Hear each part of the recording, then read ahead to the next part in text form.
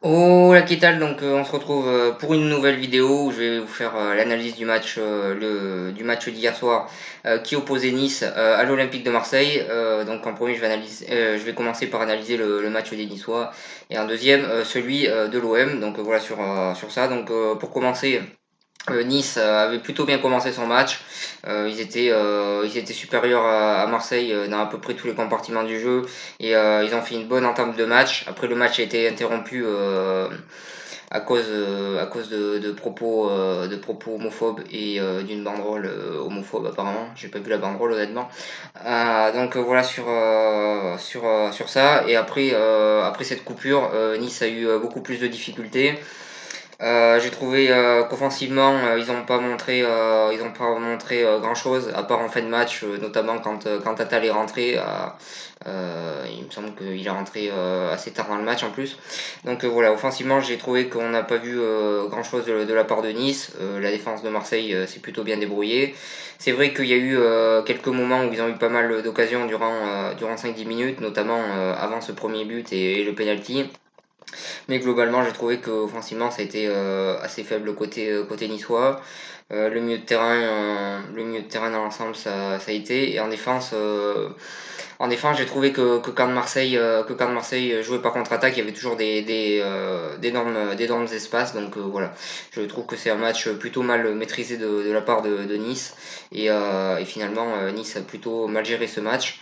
Donc voilà sur ça. Ensuite, pour en revenir à l'Olympique de Marseille, donc comme je l'ai dit, une entame de match très très compliquée. Après cette coupure, on a vu un Marseille bien meilleur. En défense, je les ai trouvés plutôt intéressants, notamment Alvaro González qui est une bonne recrue et qui fait. Enfin, c'est très tôt pour dire qu'il est une bonne recrue, mais c'est un joueur que je regardais quand il était en Espagne et je le trouvais plutôt intéressant. Donc voilà sur ça. Et là, je trouve qu'il a fait un très très bon match en défense et il a été solide et il a bien tenu.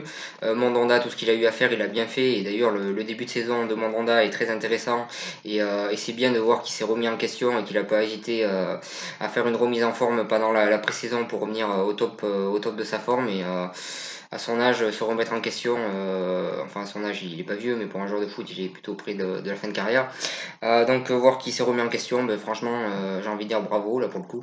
Donc voilà sur ça. Aussi Sakai que j'ai trouvé intéressant, un petit peu comme d'habitude sur son côté.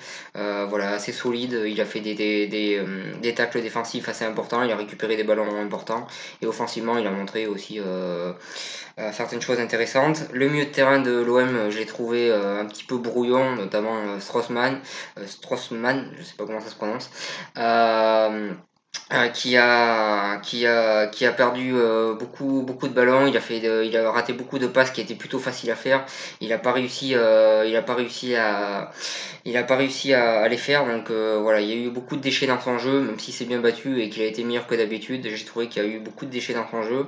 C'est pareil aussi pour Morgan Sanson qui a eu beaucoup de déchets dans son jeu, des passes faciles qu'il a ratées, notamment sur une contre-attaque à un moment. Donc voilà, sur ça, j'ai trouvé qu'il y a eu du déchet, mais il y a eu de l'envie aussi, donc c'est à noter. Et puis en attaque, j'ai trouvé un Payet intéressant globalement. Et pour revenir sur Benedetto, il marque un but un petit peu chanceux. Globalement, il s'est bien battu. J'ai trouvé qu'il a raté quelques occasions importantes. Je pense que ça va venir petit à petit. Il faut le temps qu'il s'adapte à la Ligue 1. Donc voilà. En tout cas, ce but va lui donner de la confiance pour la suite. C'est un joueur qui, à Boca Junior, a montré des choses intéressantes. Après la dernière saison, il a été blessé pratiquement toute la saison. Donc voilà, il va falloir aussi qu'il se réadapte par rapport à ça, parce que c'est jamais évident de se remettre d'une blessure. Mais je pense que ça peut marcher. Faudra voir dans la suite pour Benedetto. En attendant, il a fait un match plutôt intéressant hier, même si j'ai trouvé qu'il a eu tendance à trop vendanger devant le but et qu'il a raté quelques occasions assez importantes. Donc voilà sur ça. Donc globalement, on a vu à Marseille largement plus intéressant que durant les deux premières journées, qui avaient été plutôt mauvaises, voire catastrophiques même. Les matchs de l'OM les deux premières journées. Là non, on a vu de l'envie, on a vu une équipe qui s'est bien battue. Je souhaitais revenir un petit peu sur la tactique mise par Villas-Boas, sur le fait d'empêcher Dante de relancer, parce qu'on sait qu'à Nice, c'est Dante qui a tendance à relancer quand c'est pour relancer les ballons de derrière. Et là, Villas-Boas a décidé de mettre des joueurs au pressing face à lui pour l'empêcher de faire des relances. Et j'ai trouvé ça très très intéressant. C'était vraiment une très très bonne idée de sa part, parce qu'on a vu que les autres joueurs niçois avaient du mal à relancer.